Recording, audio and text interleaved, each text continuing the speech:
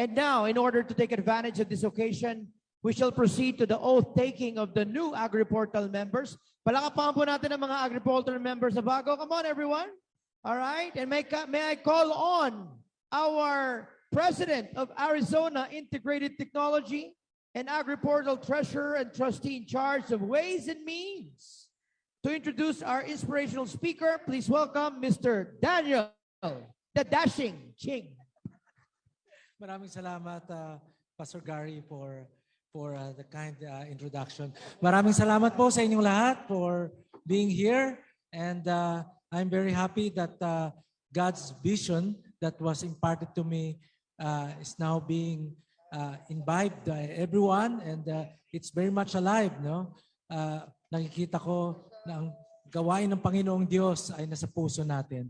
At alam po natin na through the formation of agri-enterprises by faith-based communities, mga communities na may takot sa Diyos, siguradong may babalik natin ang prosperity po sa ating bayan at the Lord will heal our land and He will keep His promise, no? And bless us all. So without much further ado, I would like to take this advantage to introduce to us the person who will be officiating our oath-taking, none other than our attorney, Ron P. Salo. He is the representative of Kabayan Party List in the 17th, 18th, and the 19th Congress, or in short, for 3 consecutive terms.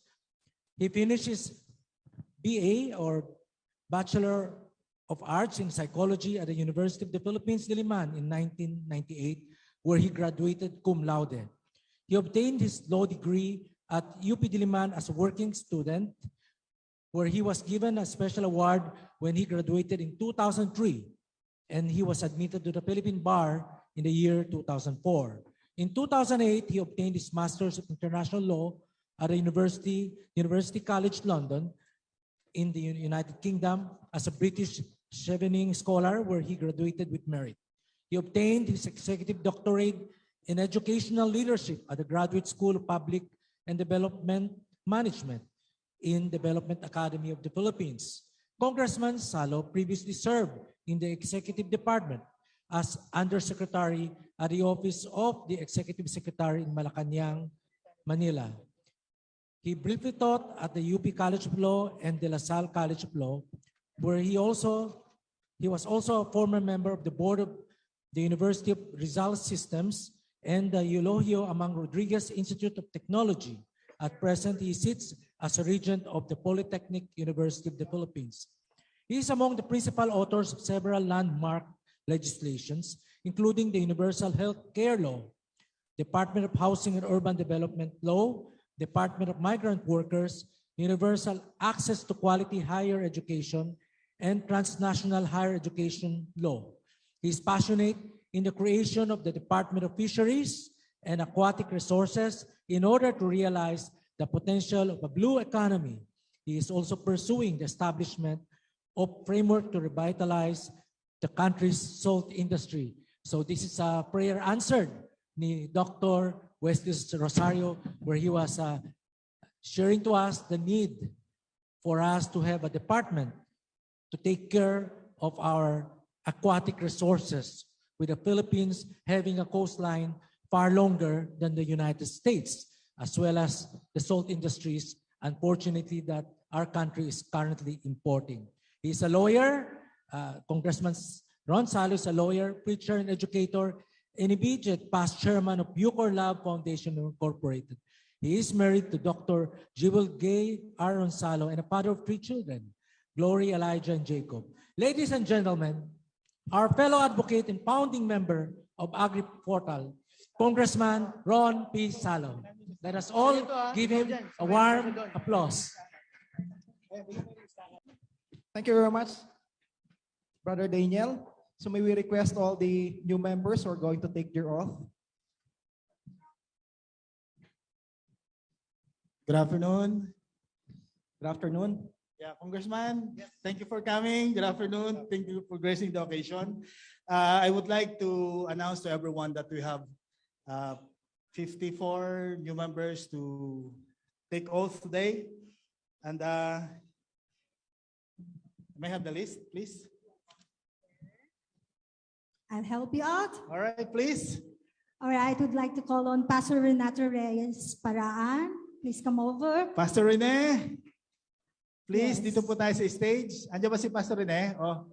Dyan na lang, okay. And then Miss EA Tess La Rosa, Tesla Rosa, Mark Joven, Oliveria, Presi Miranda, Grace Guerrero Yarte, Joselito Ramos, Marvin Adolfo, Leticia Huang, Melchor Arcinas, Romel Cordero, Joel Estolioso, Tommy Nang, wala si Gray Galvez, Crystal Quijano, Jessiri Agkawili, asa si Jess, and then Erica Nawawe. Hanelia Paginto, We have also Raiden Palada.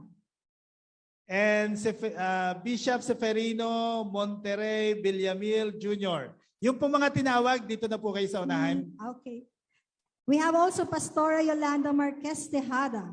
Hilario Casas Jr., Yes, Brother Jeffrey Yep Nadella. Jerry Ilaw. Yep, please come forward. Yes, we have also Pastor Sergio Gloria. Antonio C. Gazo. William Bato. Williard Bato. Aram Nicole Arañez, please. Jairame Gonzalez Sonyo. Elmo Jr. Modancia, sorry po. Juana Grace Montas. Hazel Joy Sonio. Ricky Pelicano. Noel Subido. Imelda Cortez. Donaline Santos. Emmy Domingo. Roosevelt Domingo. Yes, Sister Elizabeth Yao. Please come over. Charles Macenon. Yes, Brother Jose Ingles. Dr. Cho Chong Tan. Yes, Miss Lily Moreno Buluran. Joshua Rendon. Yes, Maan Rendon. Mels Catalan. Daisy Talia. Gary Chandler. Slander. Helen Papilonia. Roger Rapacon. November Puno. Delaine Filonio. Ronel Domingo. Eduardo Tubosa. Danny Tan. Desmond Chua. And lastly, Nicole Lee. Nicolene. Sige po, yung pong mga nabanggit, pwede po bang dito tayo sa unahan and Congressman Ron? And ladies and gentlemen, to lend solemnity to this occasion, may we request the audience to please stand.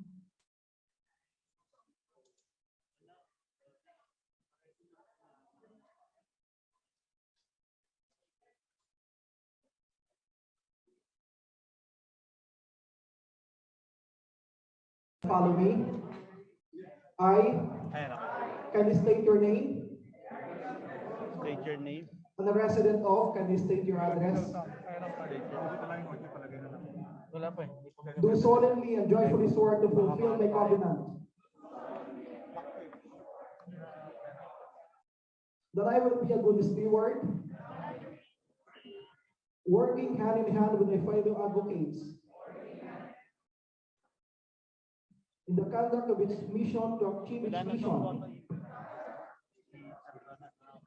as provided in Luke 12:42 to 44. That I will faithfully support projects, program and activities that shall benefit our stakeholders and faith-based communities towards your transformation as hearts of the nation, as provided in 1 Corinthians 4:2. That I will seek unity with one another and with allied organizations of the agricultural industry, agribusinesses and agri-enterprises in accordance with Titus 1:7. Aabot ba? Aabot naman ano? That I will guard the reputation of ano? one another and not to needlessly expose the details of their lives improve my conversation with others. And in case of a difference of opinion, I promise to avoid a contentious spirit. And if complete agreement cannot be achieved, I recognize the calling the Board of Trustees to govern using Matthew 18:15-17. And I will submit to your decisions as final. And I recognize that if I cannot in good conscience affirm this statement or governing policies of this organization, it is my duty to remove myself from any participation which may be affected by my views to the contrary. In agreement whereof, I hereby manifest myself to be guided by our values of honesty, excellence, accountability, resilience, truth, and stewardship, and to be accountable, transparent, and honest with one another. Sworn this 15th day of July 2022 during the first annual general membership meeting and plenary conference 2022 held this July 15, 2022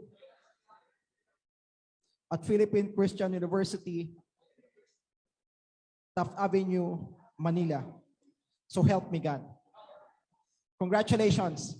Congratulations. Mabuhay po kayo. Mabuhay po kayong lahat. Thank you, Congressman. Yes. Thank you. Okay. Mamaya na po yung ating mga congratulatory at pakinggan po natin ang ating speaker, Congressman Ron. Once again po, palakpakan natin, Congressman Ron Salo. Thank you very much, Pastor Gary Galvez, Ms. Shea Aguinaldo. Thank you. Of course, to Chairman of AgriPortal and PCU President, Dr. Jonaphine Gawan, Brother Daniel Ching, Pastor David Uy, Pastor King Flores, Dr. Donald Patrick Lim, Brother Brando Barentes, Corsec Gwen Albaracen, Major General Fernando Mesa, to Bishop and former Congressman Paul Hernandez, and of course, members of the board and officers of AgriPortal, our plenary speakers, organizers, fellow advocates and champions in agriculture, pastors, brothers and sisters, and guests. Good afternoon. Good afternoon. So thank you very much for inviting me to be part of this momentous occasion. As was mentioned a while ago, it was among those who originally conceptualized AgriPortal, and I feel proud that it has grown beyond what we have previously perceived. True to the vision of its founding officers and members, it is making a difference and advocating for the country's agricultural reforms. And while my current commitments prevent me from taking a more active role in the program, our shared advocacies on agricultural productivity remain, and my office will be your responsive partner in realizing this vision. I commend every one of you because of your commitment in realizing AgriPortal. Your vision that does not spring from an office or a mandate from an electorate, but is purely impelled by your desire to help our people. Isang palakpak para sa inyo. Indeed, what could be a more compelling motivation than that of a genuine desire to help others? And what happiness can be more genuine than that which is derived from fruits of labor that seek the betterment of others without any thought of remuneration or any material reward. With that, allow me again to extend my congratulations to you. Today's theme, Be an Advocate for Food Security and Nutrition, is not only timely, but indispensable, particularly with concerns of food insecurity and scarcity. Food insecurity, as defined by the Food and Agriculture Organization of the United Nations, is a state where people lack regular access to safe and nutritious food for normal growth and development and to live an active and healthy life. There is a correlation between food insecurity and nutrition. The Food and Nutrition Research Institute, or FNRI, underscored in its 2020 study that food insecurity contributes to the rise in nutrition deficiencies and undernutrition, which weakens the immune system and makes people more susceptible to viral infections like COVID-19. The 2020 World Report on the State of Food Security and Nutrition informs us that the Philippines ranked first in Southeast Asia in 2017 to 2019 with the most number of food insecure people, with 59 million Filipinos experiencing a moderate to severe lack of reliable access to food. Researchers point out that among the major factors that contribute to the country's food insecurity are the COVID-19 pandemic, poverty, and the country's vulnerability to natural disasters. As reported by FNRI, about 62% of Filipino households experienced moderate to severe insecurity in 2020 amid the ongoing COVID-19 pandemic. Most researchers, however, fail to see the most obvious reason for food insecurity of most of our people, which is the lack of or insufficient agricultural productivity. When I had the opportunity to travel to South Korea and Taiwan, and I suppose majority or many of us have been to those countries, I was actually utterly surprised to see how your people have been planting different vegetables and fruits, even on the roadside and on mountain slopes. Greenhouses teeming with fruits and vegetables dotted the landscape of South Korea. Traveling in our countryside, however, which I often do as part of my regular consultations with our constituents, paints a different picture. What you will oftentimes see are lands lying idle, or perhaps parcels of land teeming with grasses with the onset of a rainy season. The rice paddies in the barangay where I grew up in Pangasinan, for example, have long ceased to be cultivated.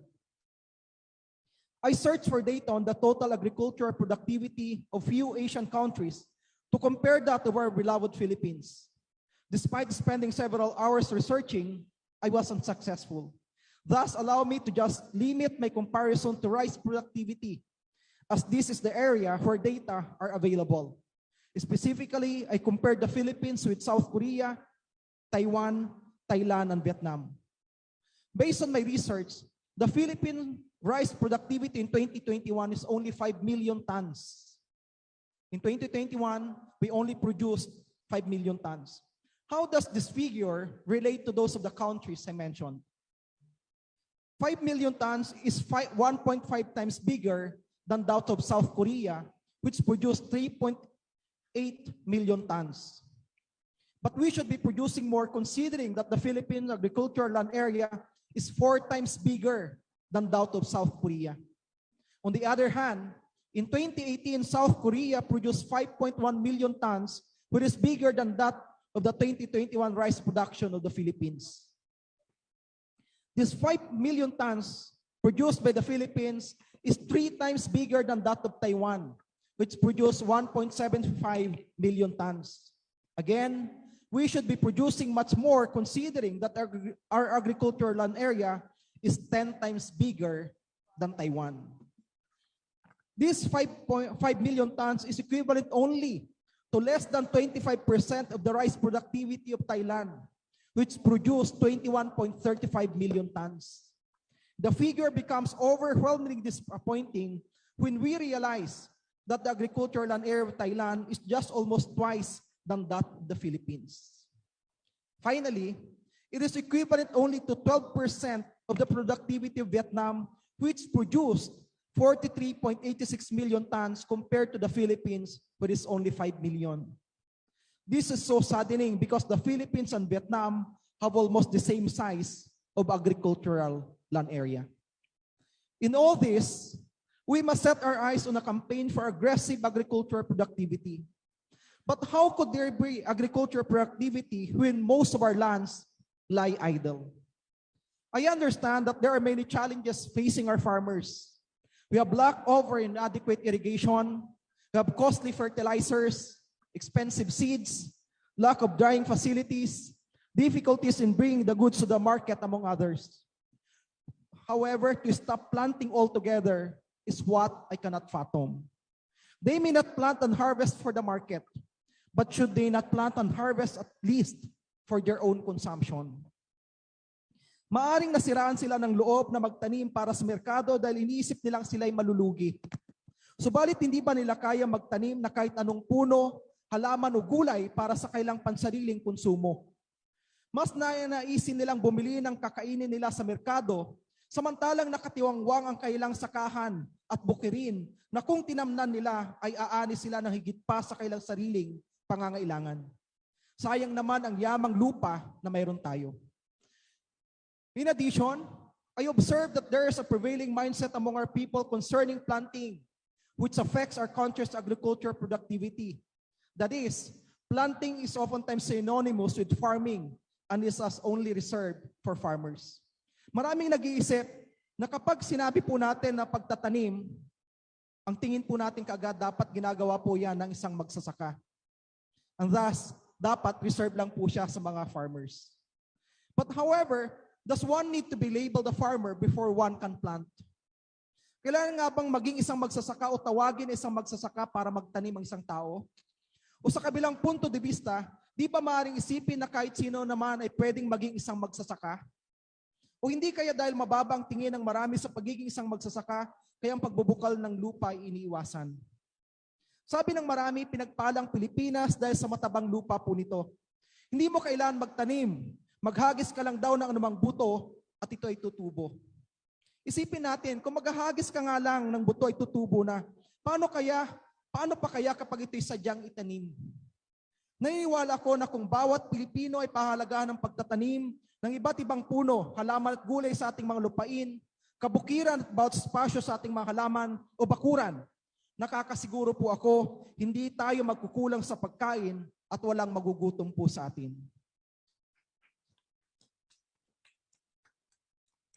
Kaya natutuwa po ako sa mga taong tulad ni President Johnny Fen na kasalukuyan nagpa-farm po ngayon sa probinsya. Hindi lang niya ginagawang produktibo ang lupa, kundi maraming taong makikinabang sa produktong kanilang aanihin. Subalit kung napansin po ninyo, ang ginamit kong termino salita ay nagpa-farm. Bakit? Kasi mas class kasi ang dating sapagkat kapag ginamit ko ang salitang pagsasaka, hindi ko maintindihan bakit parang nag-iiba ang pakahulugan nito at maaring madismaya ang iba na sumubok din sa pagtatanim dahil hindi nila feel tawaging isang magsasaka. Kaya't sadyang napakahalaga ang mga ganitong pag-usap at pagtitipon para maiangat ang antas ng ating pagtingin o pagpapahalaga sa pagtatanim o pagsasaka, lalo na't ang mga kasapit kasama rito ay mga kilala at mga pinagpipitagang mga tao. Indeed, being a true advocate for food security and nutrition is not a matter of idea, belief, or opinion, but a matter of practice. It is not enough to simply tell and encourage others. It is important to demonstrate it for others to follow. Before I end, allow me to share the silver lining that I observed with the pandemic. With the lockdowns in the early part of the pandemic, many of our people learned the importance of cultivating and planting vegetables in every available space in their yards or in cans to enable them to have ready access to food for their daily sustenance. Since 2020, Kabayan Party List, the one which I represent, launched an initiative of distributing assorted vegetable seeds. We have bustasa, pichay, okra, labanos, eggplant, tomato, upon, patani, to various households for free of charge to encourage them to grow their own food. To date, We have distributed more than 350,000 packs of assorted vegetable seeds to individual households in certain areas of Pangasinan, Tarlac, Pampanga, Laguna, and Cavite, with the Department of Agriculture providing some seeds. A number of our recipients sent us pictures with your own vegetables grown in your backyards or in pots or cans, a proof that the concept from farm to tables is not so difficult to practice. Our effort, however, is just minuscule compared to the gargantuan task of ensuring access to nutritious agricultural produce to more than 110 million Filipinos. However, with AgriPortal's initiative, collectively and individually by its members, along with the other private institutions and associations which share the same vision and mission, we are confident that the task for the government is made lighter as you become catalysts for change, both in the government and in the private sector, ensuring the country's greater agricultural productivity. With that, once again, congratulations. Thank you very much for this opportunity, and to God be the glory.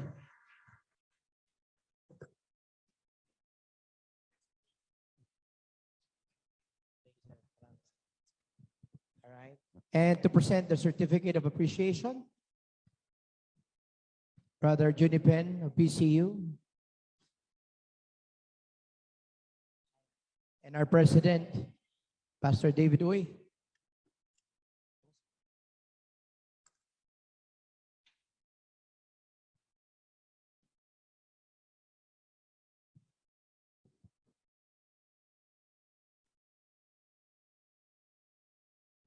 Thank All you right. so much. Thank you so much, po.